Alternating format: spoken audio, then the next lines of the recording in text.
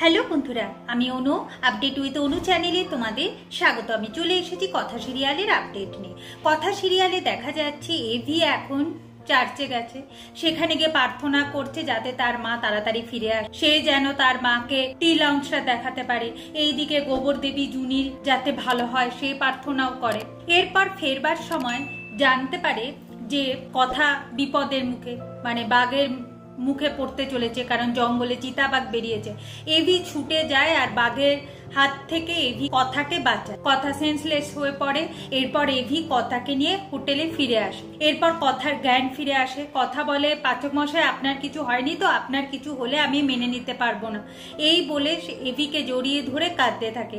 AV বলে আমার কিচ্ছু হয়নি, চল ঘরে চল। এরপর ঘরে নিয়ে গিয়ে এভি কথার সেবা করতে থাকে। হাতে যেখানে চোট লেগেছে সেখানে মলম লাগাতে থাকে আর বারবার করে জানতে চায় যে কথা জঙ্গল গেছিল কেন। কথা বলে আপনাকে বাঁচাবার জন্যই তো গেছিলাম, আপনি না বলে গেছেন, কিছুতেই ফিরছেন না, ভয় লাগে না বুঝি, তাই আমি গেছি।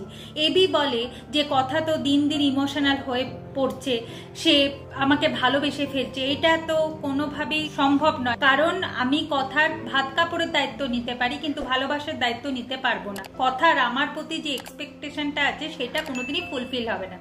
এই জন্য HOF এর উপর আমার রাগ হয় যে কথার জীবনটা কেন এরকম ভাবে নষ্ট করলো।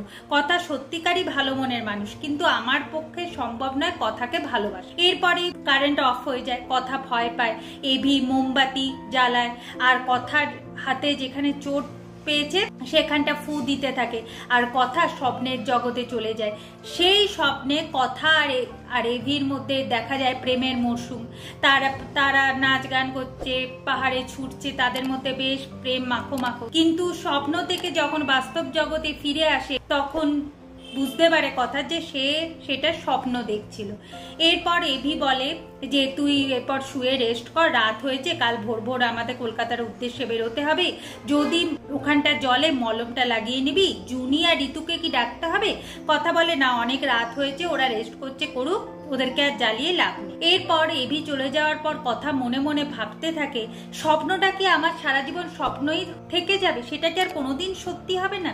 আর এত মানবিকতা আমি যে আর মেনে নিতে পার, কতদিন যে আমাকে এটা সহ্য করতে হবে যে আমি আর যাই। এরপর দেখা যাচ্ছে যে কথা এভি পৌঁছে গেছে কলকাতায় তাদের নিজেদের বাড়ি। আগামী পর্বে দেখা যাচ্ছে যে এভি এখন কাজ নিয়ে ব্যস্ত আছে, কাজের জিনিসপত্র খোঁজাখুঁজি করছে। কথা এদিকে ব্যাগ থেকে জিনিসপত্র বার করে গুছাচ্ছে, কিন্তু এর মধ্যেই কথা আর এভি কাছাকাছি আসে, একে অপরের দিকে তাকিয়ে থাকে।